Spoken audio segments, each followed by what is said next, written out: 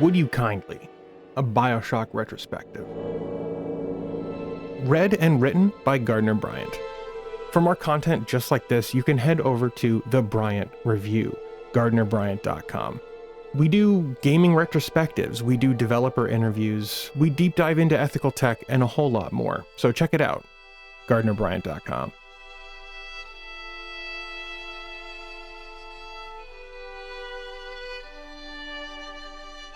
In 2007, we saw titles like Super Mario Galaxy, Halo 3, Rock Band, Gears of War, Portal, Half-Life 2 Episode 2, Mass Effect, Command & Conquer 3 Tiberium Wars, The Elder Scrolls 4 Oblivion, and Peggle.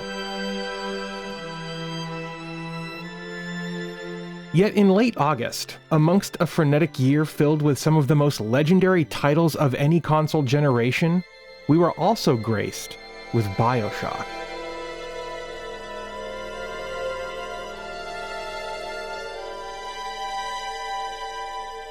On August 21st, BioShock will be turning 19 years old, and it feels like a product of a bygone era, when quality was the goal, and physical media was still the norm.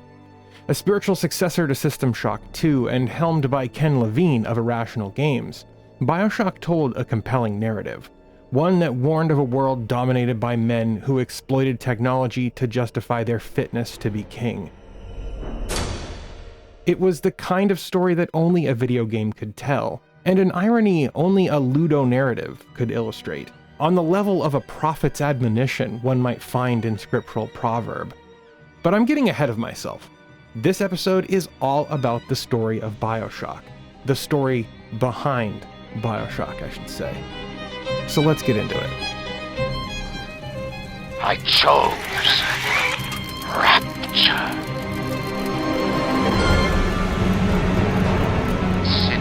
Where the artist would not fear the censor, where the scientist would not be bound by petty morality, where the great would not be constrained by the small. And with the sweat of your brow, Rapture can become your city as well. The early days. Our story begins with Irrational Games, a little studio based in Westwood, Massachusetts. They had just published their first game, System Shock 2.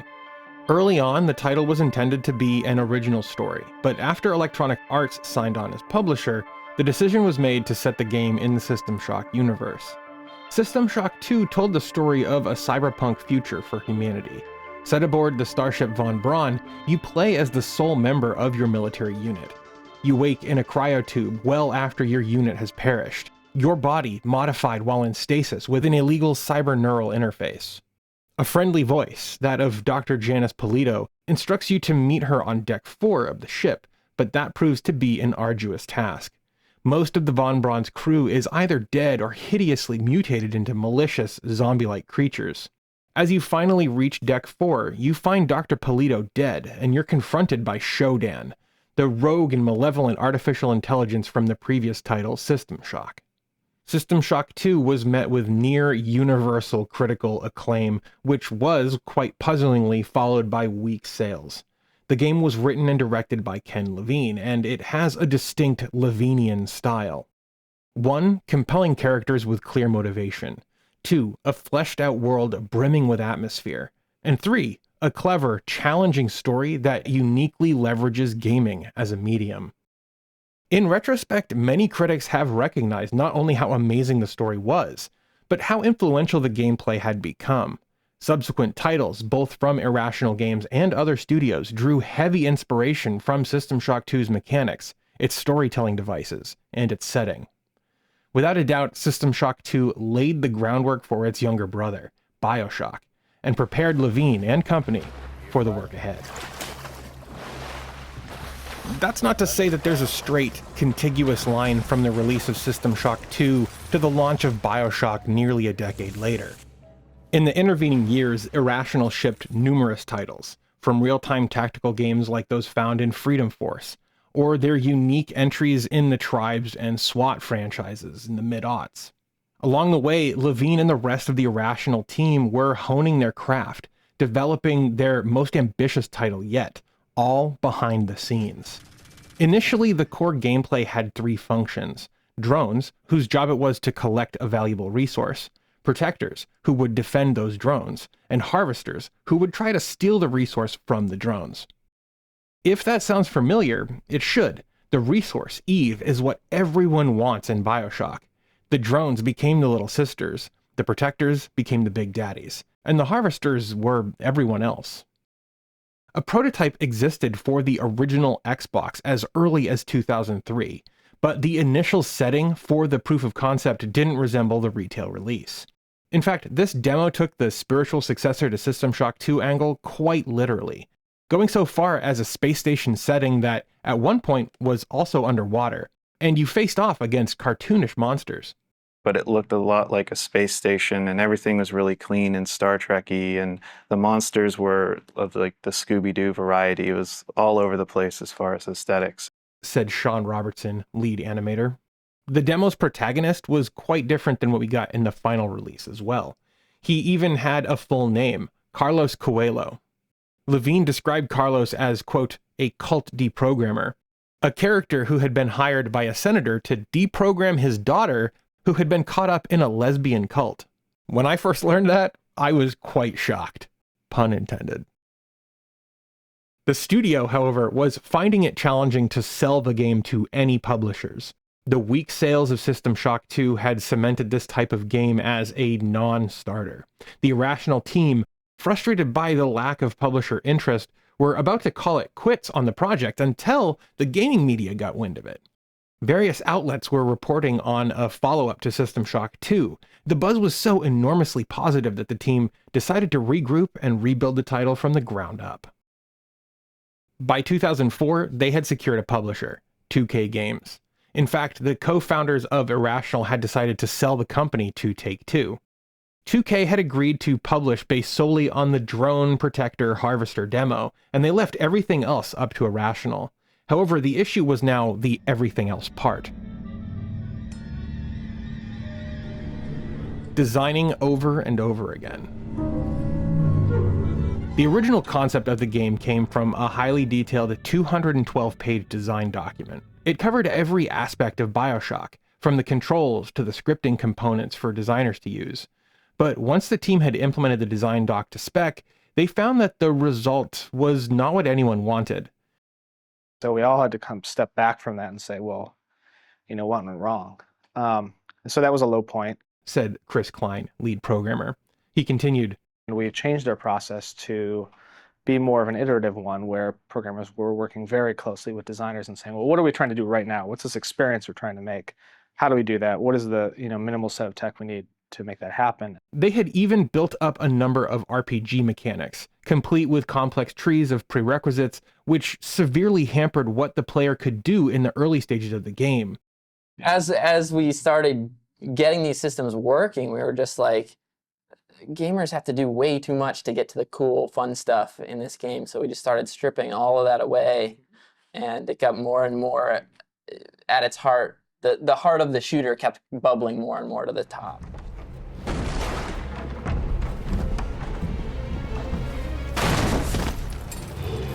The making of a spiritual successor. I often find myself wondering what makes a good sequel, let alone a spiritual successor. It requires identifying the essential components of a work. The creatives have to boil down the essentials of the original, then re-implement them into an unmistakable approximation that can also somehow stand on its own. For a game, that may be the setting, the story, the controls, or the unique mechanics.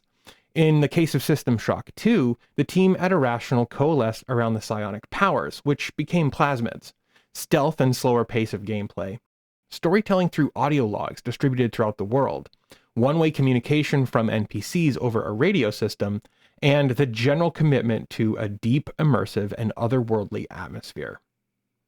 However, the setting couldn't be more different. Instead of an isolating, oppressive, zombie-filled futuristic space station, the player in BioShock is placed in an isolating, oppressive, zombie-filled underwater utopia. But Irrational didn't land on the dilapidated Art Deco aesthetic until development was deeply underway. Once they did, however, they leaned into it. Throughout the process of realizing BioShock, the studio experienced growing pains. Ramping up production by hiring on new staff members will have that effect.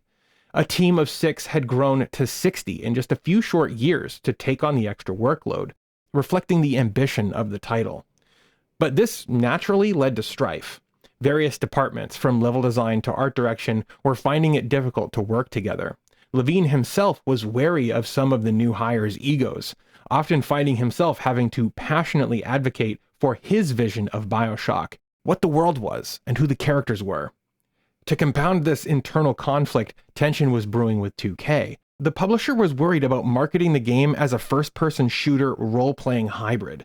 They were demanding that Levine instead market the game solely as an FPS. But worst of all, 2K was upset over the game's ballooning budget. Just months from the game's initial release date, crunch was instituted to get BioShock over the finish line. Crunch, noun. Compulsory overtime during the development of a game. Crunch can lead to work weeks of 65 to 80 hours for extended periods of time, often uncompensated beyond the normal working hours. It is often used as a way to cut the costs of game development. It's also known to cause extensive deleterious effects on the workforce.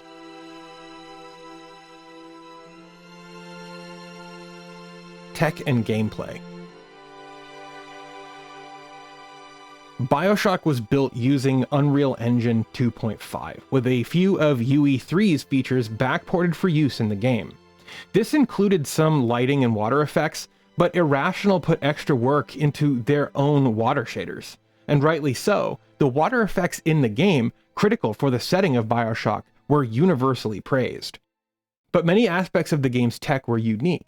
The game's gunplay, carried out in the player's right hand, was complemented by the far more fantastical powers called plasmids.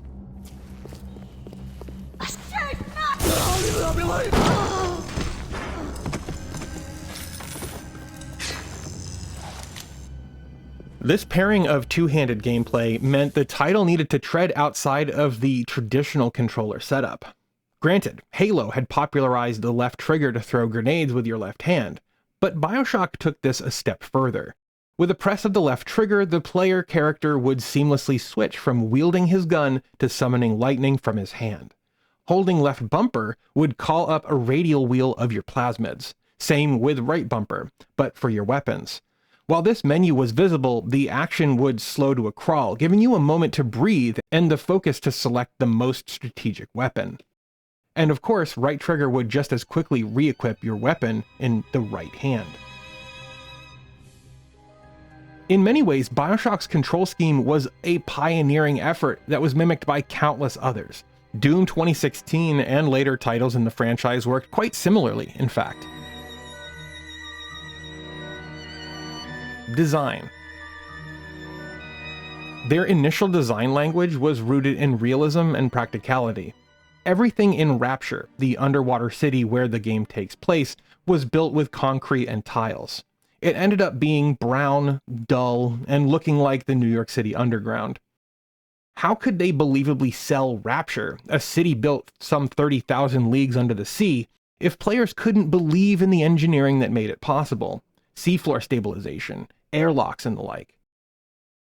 That looked like every level was going to sort of feel like that. Eventually, we threw all that stuff out and decided that, it's a much bigger impression to really see the city that sort of just sunk. It looks just like a city, and it played into the fact that Rapture was sort of a terrible idea in the first place. It never could have possibly worked, and that was the first time we started using things like carpeting, parquet floors, like decorative pillars instead of practical, poured concrete. Said technical artist Nate Wells. The first thing that we had to get our head around was Art Deco. Said art director Scott Sinclair. There were a number of challenges, subtle distinctions that the design team had to be able to immediately parse through. Sinclair continued. I was the person who slept through art history, so I can spot it. It took me a while to separate Nouveau from Deco. There was nothing quite like BioShock's art direction in the industry. It was iconic, and it told the story of the game as much as the performances did. Every corridor, every room, every crack in the tiles, it all served as evidence of the rundown condition of a once idyllic Rapture. A subtle hint that the city's idealism was crumbling as it met the reality of the Atlantic Ocean on the other side of the bulkhead. Through the windows of Rapture's underwater skyscrapers, the murky aqua hues of the oppressively deep Atlantic were realized in brilliant detail. The dark silhouettes of seabed flora swayed in the ocean currents while schools of fish undulated by. The atmosphere was positively dripping in prestigious decor and leaking pipes. Upturned vending machines, crumbling brick, and burning furniture littered the common areas. Scars cut deep into the once gleaming floors while support columns were riddled with bullet holes. The corridors echoed with the chilling nonsense of plasmid-addled zombies, ghostly apparitions, almost demonic little sisters, and the tortured, wordless voices of their protectors, the Big Daddies. Speaking of, one of the more lamentable cuts to the game was the slow pro FUM, which stood for slow-moving, projectile shooting, effed up melee. He was a third Big Daddy design that ultimately was cut late in development due to time constraints. Described as a tank, Slow Pro would have been deadly in all but medium-range combat. He carried a shoulder-mounted cannon and a sharp hook for melee attacks. The playtests. In January of 2007, just a few short months out from release, the team conducted extensive playtesting of the game. The results were not what Levine and company were hoping for. The feedback from their players was quite negative, ranging from the environments being too dark to players losing their way and getting lost. The players also deeply mistrusted Atlas, the NPC who was giving you instructions and guidance throughout the game. At the time of this playtest, Atlas was voiced by a Colonel Sanders-like, complete with a southern drawl and a lecherous attitude. The team took the feedback to heart, revamping the lighting, adding the quest markers, which saved me when I got lost a number of times, and re-recorded Atlas's lines with an actor performing an Irish accent. Careful now. Would you kindly lower that weapon for a minute? You think that's a child down there? Don't be fooled. She's a little sister now. Somebody went and turned a sweet baby girl into a monster. Whatever you thought about right and wrong on the surface, well, that don't count for much down in Rapture. Much closer to release, reportedly as the game was 99% complete, another playtest was conducted. This time, the person running the test told Levine that the game was likely to be a failure because players felt no connection with the main character, known only as Jack. At this point, the game didn't have many cutscenes. Ken was adamantly against them.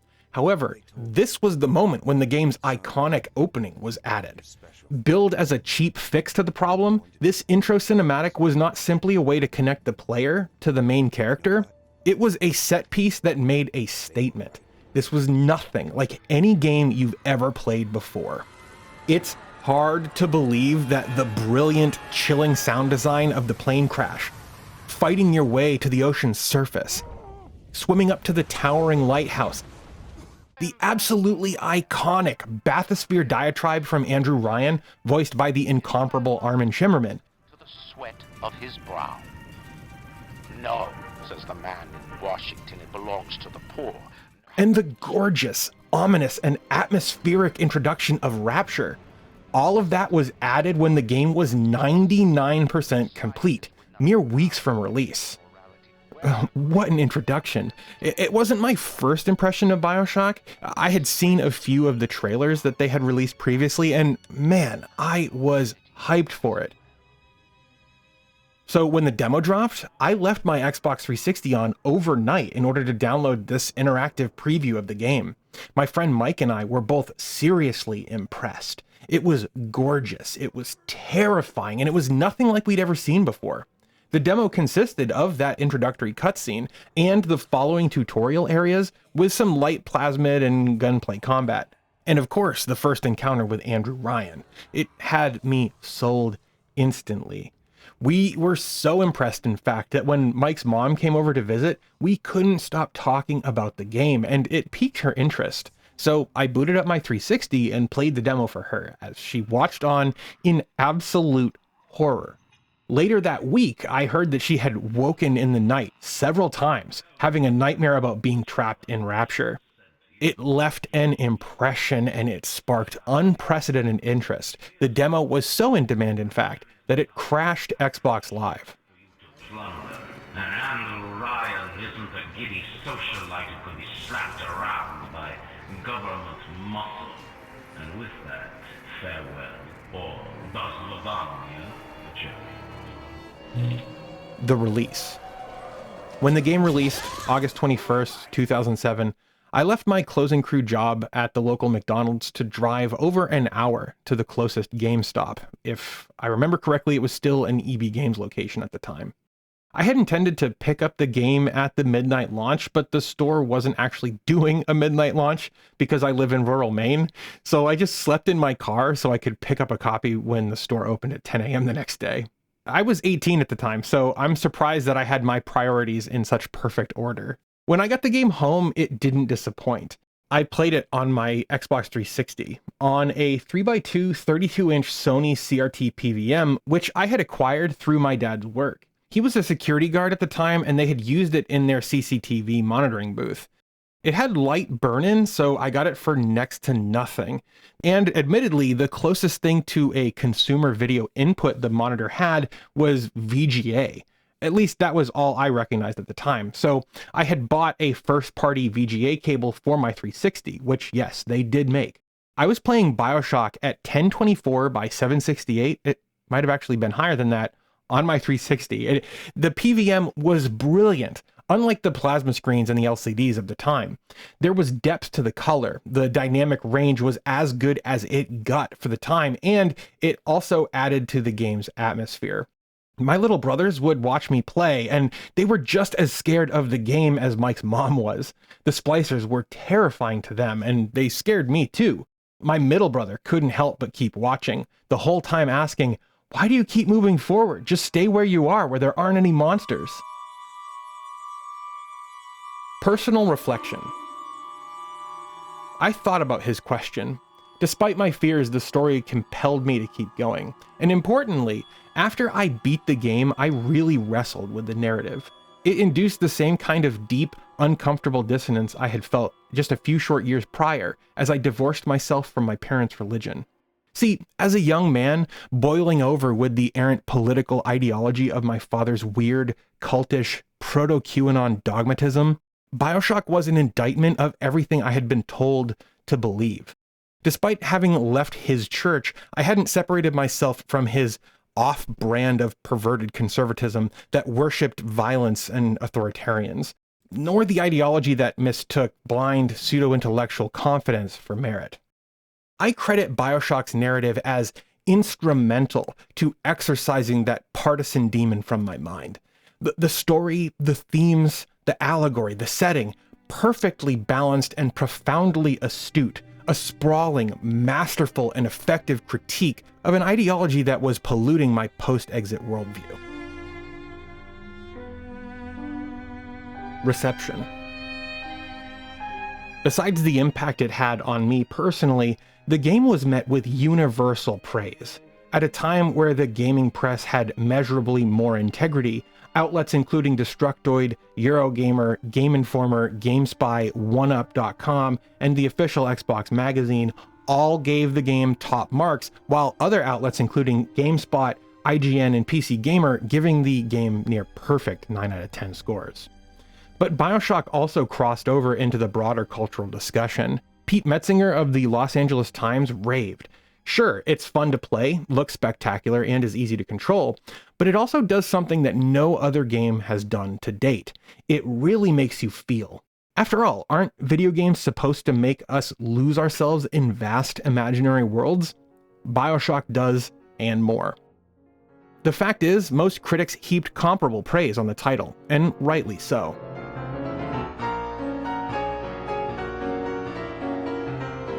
Legacy. BioShock is esteemed as one of the greatest games of all time, from the art direction, the storytelling, or the twist at the end. In 2010, BioShock 2 launched under the auspices of 2K Marin. The game was less of a critical darling, but stood on its own merits with a decent story. It was an evolution of the mechanics of its older brother, and it provided a mostly satisfying experience for fans of the BioShock universe. Then Irrational followed up with BioShock Infinite, a game set in 1912 aboard a city in the sky. When BioShock Infinite was announced, many derisively took to calling it Skyoshock, but it immediately caught my attention. But the story of Infinite will have to be saved for another episode, which I just might pen sometime soon. If you'd like to see that, make sure you get subscribed. Impact. BioShock was intended to be a spiritual successor to System Shock 2. I'd say it was, and quite successfully so. Not because it was a critical darling and a smash hit, but because of how it was similarly able to trigger a seismic shift in the industry. Much like Doom, Half-Life, and Halo before it, the games industry can be inspected through a pre- and post-BioShock lens. In fact, I'd argue that BioShock might be the last truly profound, even revolutionary title for the industry, one that had a lasting and importantly positive impact that shaped all other games that came after it. I already mentioned how the game's control scheme solved the problem of BioShock's unique mechanics, but it was influential in other ways too. While titles like System Shock 2, Deus Ex, and others had mixed action and RPG mechanics before, it was BioShock that hit the sweet spot and set the standard going forward. At least as far as I'm concerned as a mainstream gamer. Upgrade trees that lent a sense of progress while not gating off the fun, a sense of growth and the accumulation of power throughout the narrative. Similarly, the game's storytelling prowess caused many other games to step up their narratives. I would be curious to see an alternate reality where BioShock had never been published. How would that have negatively impacted games like Uncharted 2, Heavy Rain, or even Portal 2?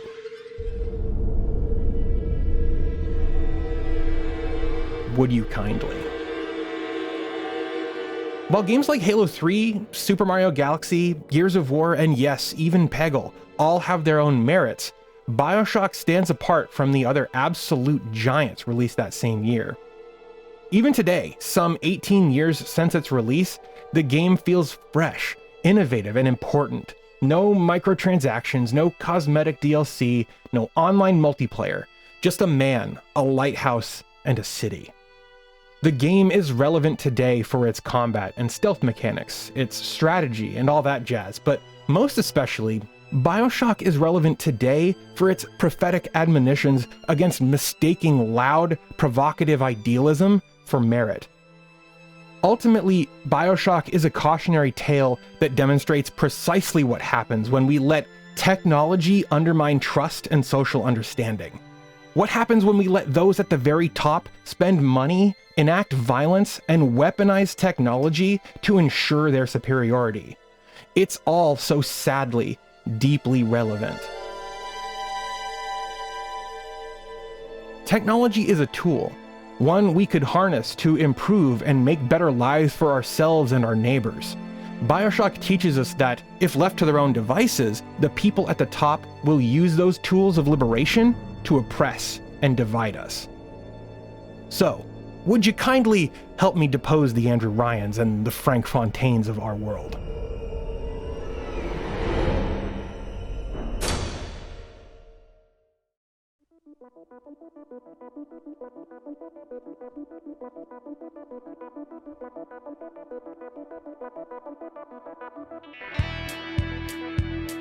This has been Would You Kindly, a BioShock retrospective, an article that was originally posted on the Bryant Review, GardnerBryant.com.